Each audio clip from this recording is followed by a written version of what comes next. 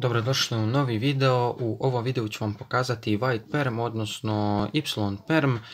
To je jedan od malo težih PLL slučaja, odnosno malo teži algoritam ima u odnosu na neke PLL slučajeve, pa da počnemo.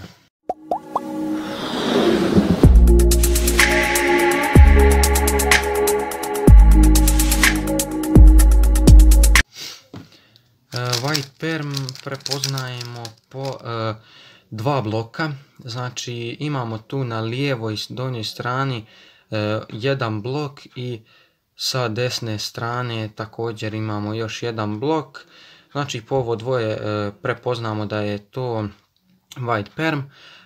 Kocku ćemo držati na ovaj način kada radimo white perm i idemo da riješimo ovaj white perm pomoću sljedećeg algoritma. Algoritam ide ovako: F, R, U', R', U', R, U, R', F'.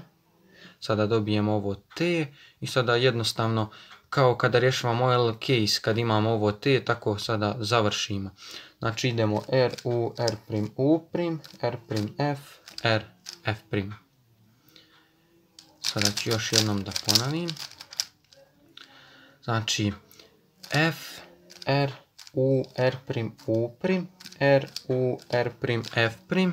Kad dobijemo T idemo R, U, R', U', R', F, R, F'. I to je white perm. To bi bilo to što se tiče ovog videa. Nadam se da vam se video svidio. Ako jeste, ostavite like i subscribeujte se na kanal za još mnogo zanimljivih videa koje ću postaviti u narednom periodu. Do sljedećeg puta, ćao!